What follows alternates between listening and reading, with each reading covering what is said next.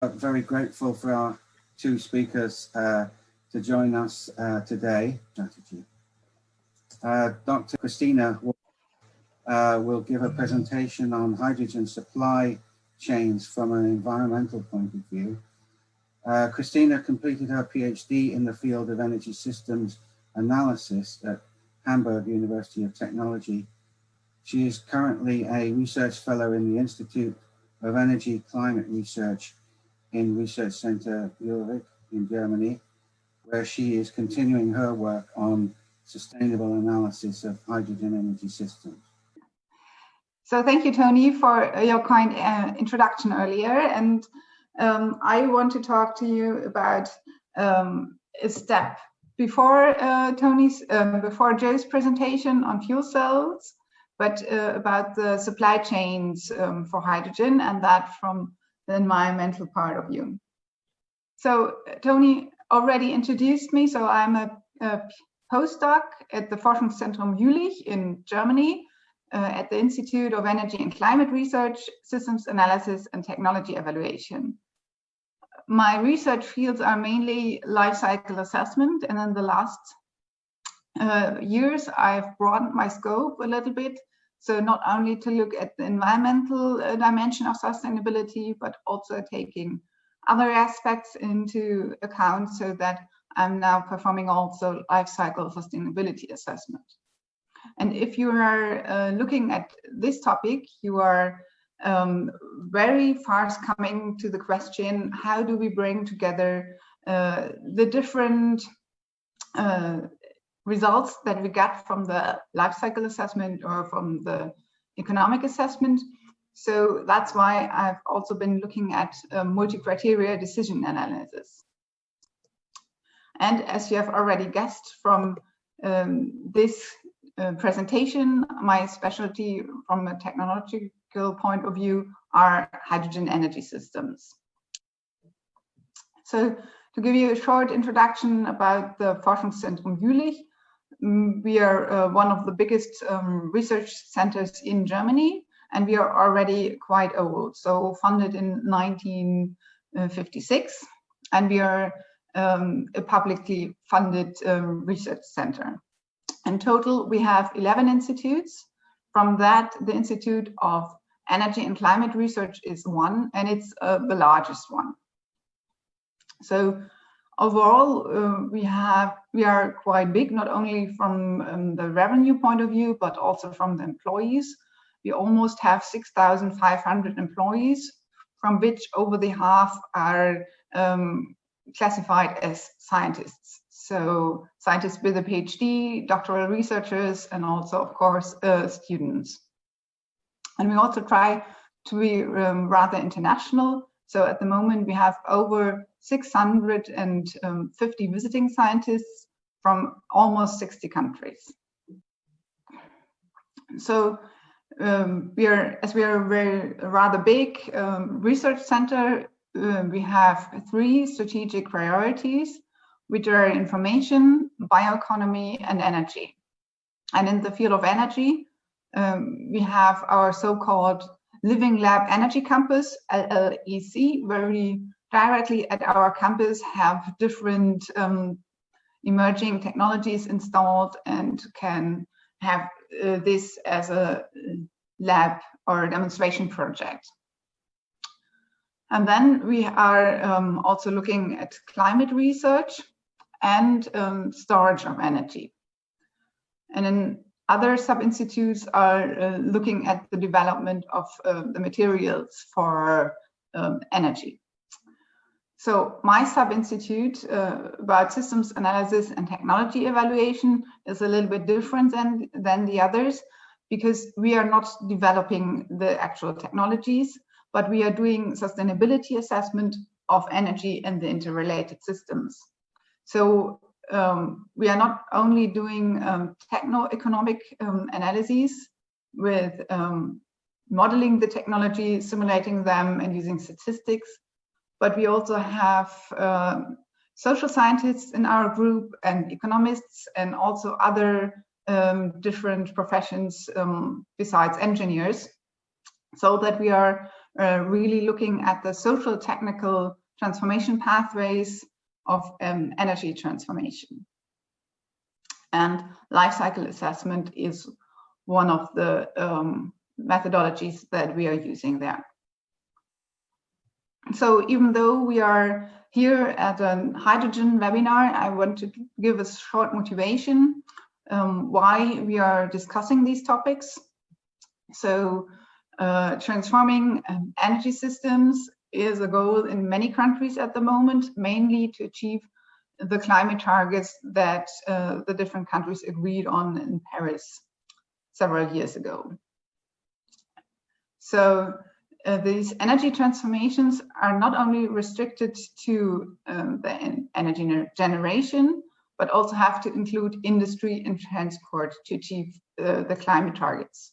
For example, what Joe already talked about is the electrification of mobility. So this is one example of sector coupling. And on the other side of the slide, you see the results from a scenario analysis where they are analyzing the installed capacities for power fuel production. With power fuel, they mean hydrogen, but also other fuels that are based on this electrochemically produced hydrogen. And as you can see here for 2050, rather large capacities of water electrolysis have to be installed to reach, and I think here it's a scenario for 1.5% scenario. So the main goal here is reducing the greenhouse gas emissions in several sectors. But are there other environmental impacts that might get worse when we switch to more climate-friendly technologies? Or do we just relocate our impacts, for example, from Germany or Europe to other continents, for example, to Asia or Africa? And we can answer these questions with life cycle assessment. And that's why I do LCA along the complete process chain. So for those of you who are not familiar with life cycle assessment, this is an approach internationally used, and it's been standardized for several decades now. And it consists of 4 different phases. So the goal and scope definition, where you define the reason of your study, also what you want to achieve with it. You also have to say how deep you're going into the different systems, and also how broad you're looking at it. And then in the inventory phase, you quantify all the inputs and outputs that you need to describe the system defined in the goal and scope definition. In the impact assessment phase, these inventory data are then connected to the environmental impact categories, to which I will come on the next slide, and then calculate the category indicators. And in the interpretation, of course, you're giving some conclusions, and you also should explain the limitations and provide some recommendations. So here you see some examples of impact categories that we can analyze with life cycle assessment. So of course, climate change, but also other environmental impacts that might be more pressing for certain regions of the world. So for example, acidification and eutrophication, but also photochemical ozone formation, also called summer smog, which is mainly a problem for big cities, for example, Beijing, but also Los Angeles. Then toxicity for ecosystems, but also for humans, water scarcity and resource depletion. And also ozone depletion, so looking at the ozone hole, which is built in Antarctica. So here you see the different options that I've been analyzing in the project Energy System 2050. This is a project funded by the Helmholtz Alliance. So Helmholtz is a conglomerate of different research centers in Jülich in Germany. So I would call it our head organization from Jülich.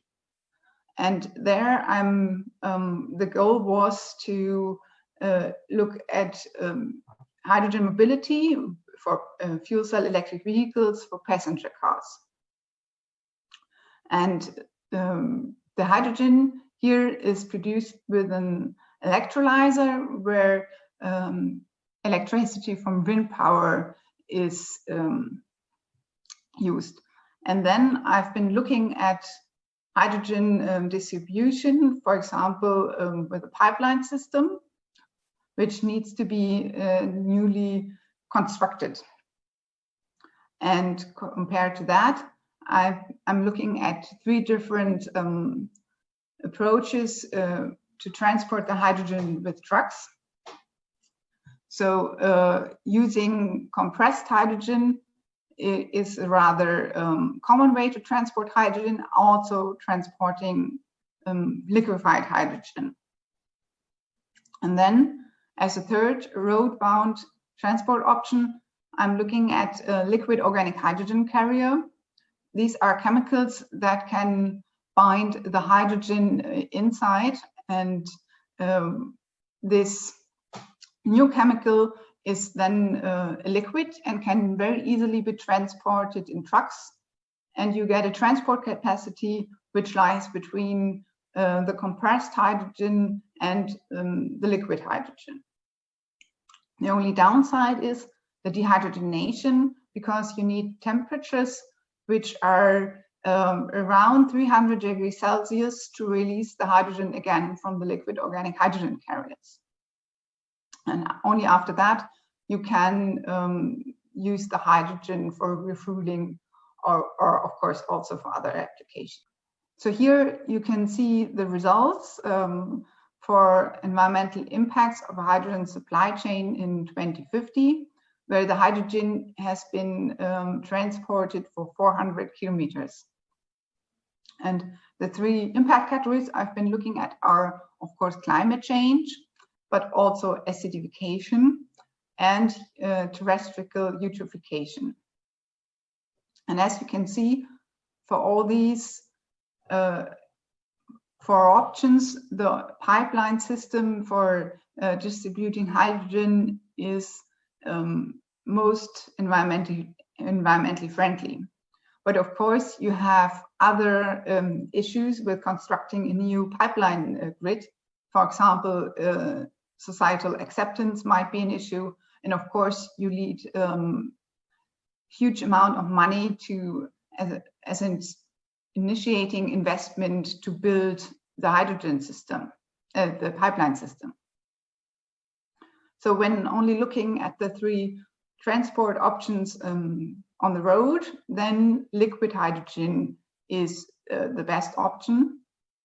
And this is mainly because we have the largest hydrogen transport capacity in liquid with liquefied hydrogen.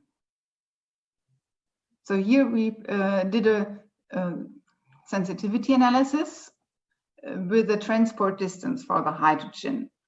So as I said earlier, the first results were for a transportation distance of 400 kilometers. But already if you are transporting the hydrogen far on a distance larger than 100 kilometers, the liquefied hydrogen is the best option. And only below 100 kilometers, it makes sense to use compressed hydrogen and transport it in trucks then.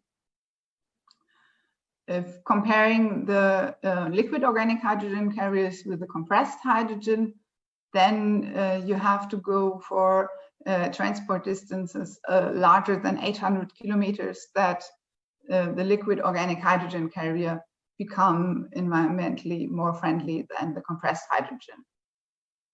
Here I have to say that I assume that the heat that is needed for the dehydrogenation is provided by natural gas. So here you still have a high amount of fossil fuels in your system. So you also have to keep in mind that we're here looking at a system for 2050. And we assume that we have an electricity mix then that has only 60 grams of CO2 equivalent left per kilowatt hour of electricity. And as you might know, liquefying hydrogen is a rather electricity intensive process. So if we would do the liquefaction today, we would have a much higher impact on climate change from the starting point. So today, compressed hydrogen would make more sense or even for larger distances. The compressed hydrogen is also influenced a little bit by the electricity mix, but not as much as the liquid hydrogen.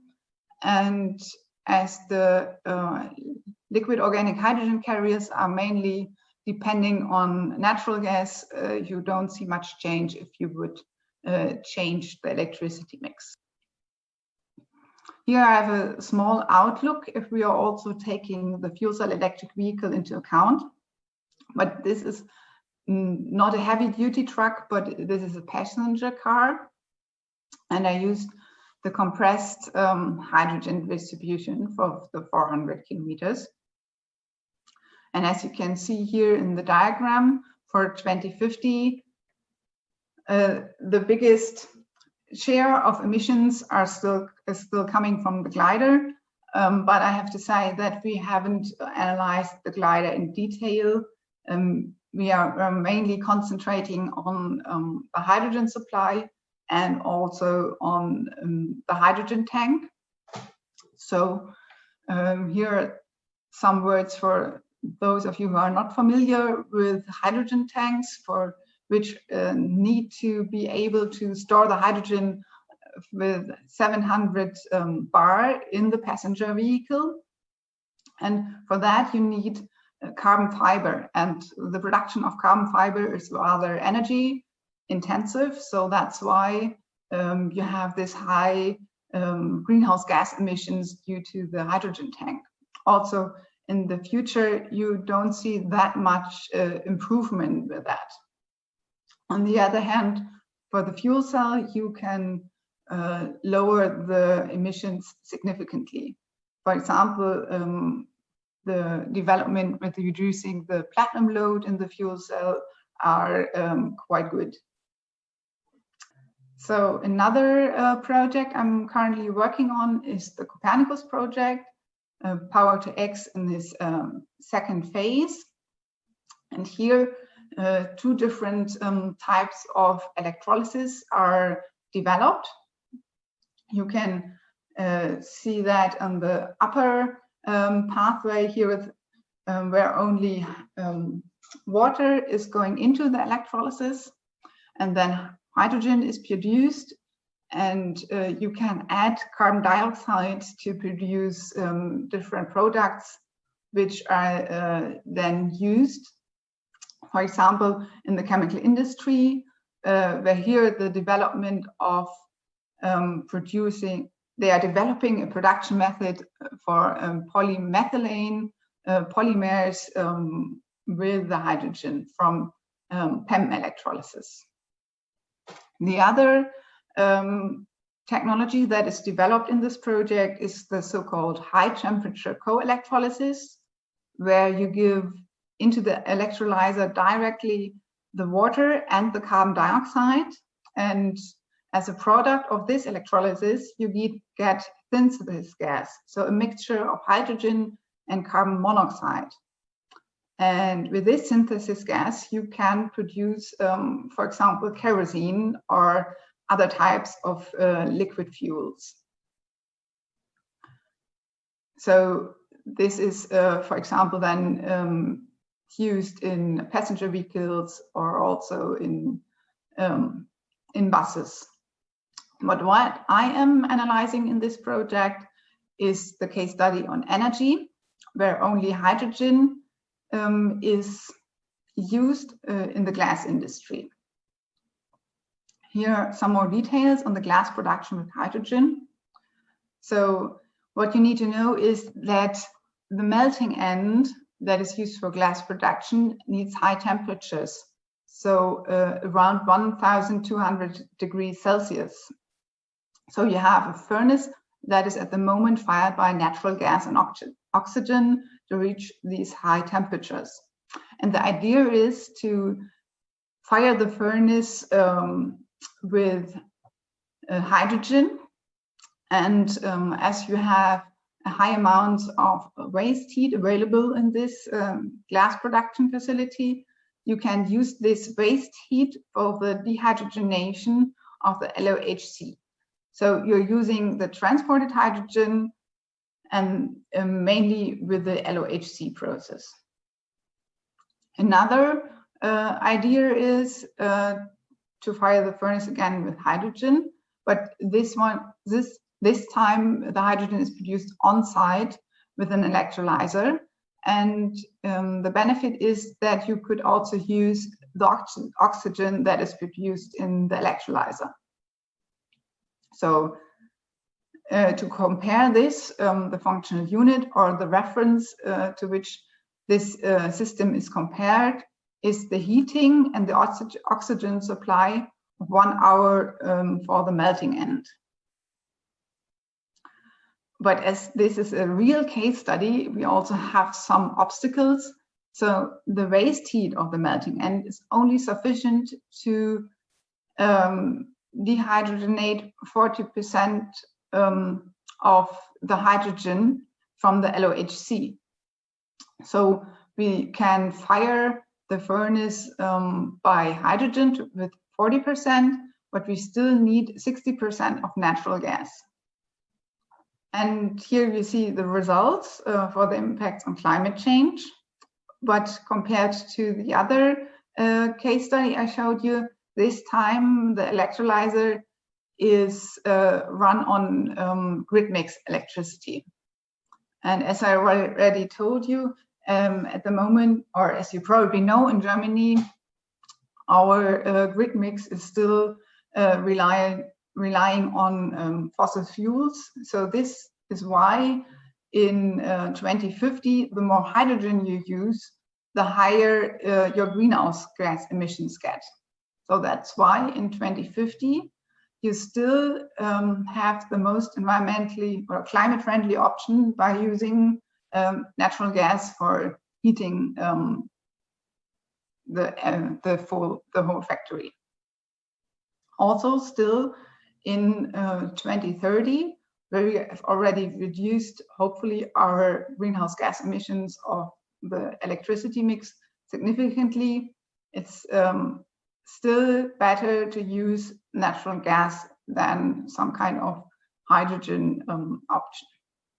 And also another thing I have to mention here is that for the pipeline option, the pipeline supply option of hydrogen and the on-site option for hydrogen, the melting end is fueled with 100% of hydrogen. So in these systems, you don't have any natural gas left.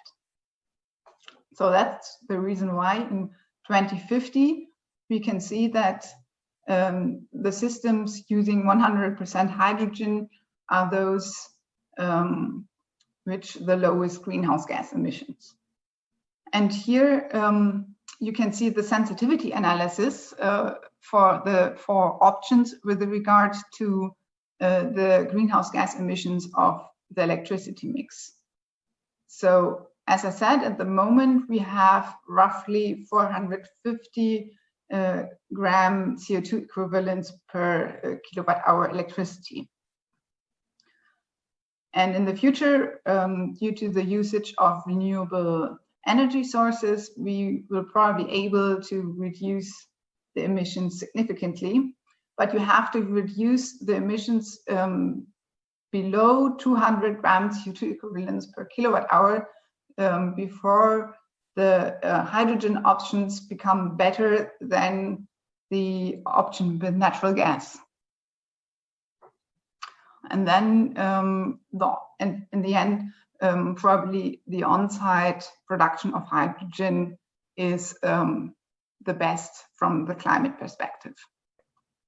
So here you can see the trade-offs of the different environmental impact categories of the 4 options for 2050.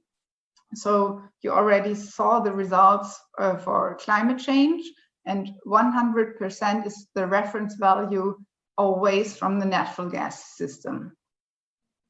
And you can here already see that you have a much higher demand of land if you are using hydrogen for heating your system. Also, you have higher emissions, higher particulate matter emissions. And you can also see on only one category the impact of the oxygen production from the on-site electrolyzer. And this is in the water category. So at the moment, in the traditional or conventional system, the oxygen is supplied with an air separation unit. And for that, you need rather large amounts of cooling water.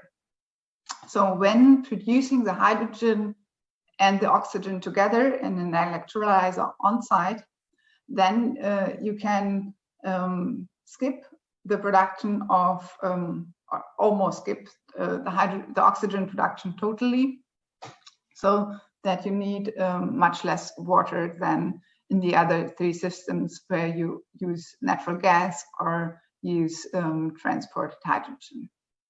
So as you can see, not only the land, the demand on land is much higher than from the natural gas system, but also for the metal resources. And also you have higher emissions from regarding ozone depletion and also acidification. And I want to go a little bit more into detail with the impact category metal resource scarcity. And there I'm picking the yellow option, so looking at the pipeline system, it's for supplying hydrogen.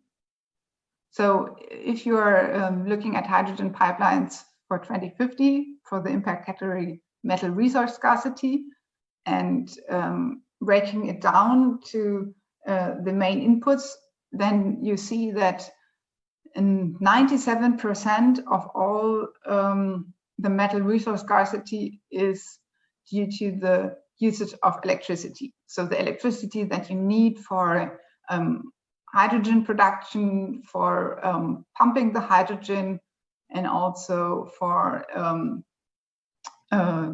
just running the glass production. And only 3% is due to other processes. So here you have a pie chart to understand a little bit better where the metal scarcity is coming from in the electricity mix in Germany in 2050. And it's over 50% due to the installation or the production of solar PV panels. And another 40% of on and offshore wind turbine production. And to set this into relation to what we have today, you can see the pie chart for the electricity mix that we have today. And the size of the pie chart is showing the relations of the absolute values. So in 2050, we have an impact for the electricity that is more than double than the impact that we have today. But even today, we have a high share of the impact is coming from the production of the PV panels. So yeah, my 30 minutes are up, so I'm coming to the conclusions. So based on the two case studies I showed you, you can conclude that for distances longer than 100 kilometers and with a high electricity mix that's mainly relying on renewable energy sources, liquid hydrogen transport is the best roadbound transport option. And for industrial applications, we can find a tipping point at 200 gram CO2 equivalents per kilowatt hour in the electricity mix, when hydrogen becomes more climate friendly than the natural gas option. But we also have side effects from climate friendly hydrogen production usage for glass production. So, for example, we have higher demand for land and also for metal resources, and we will probably have increased environmental effects due to particulate matter acidification and ozone depletion. So, of course, there are very different questions that you can still look at, but for the next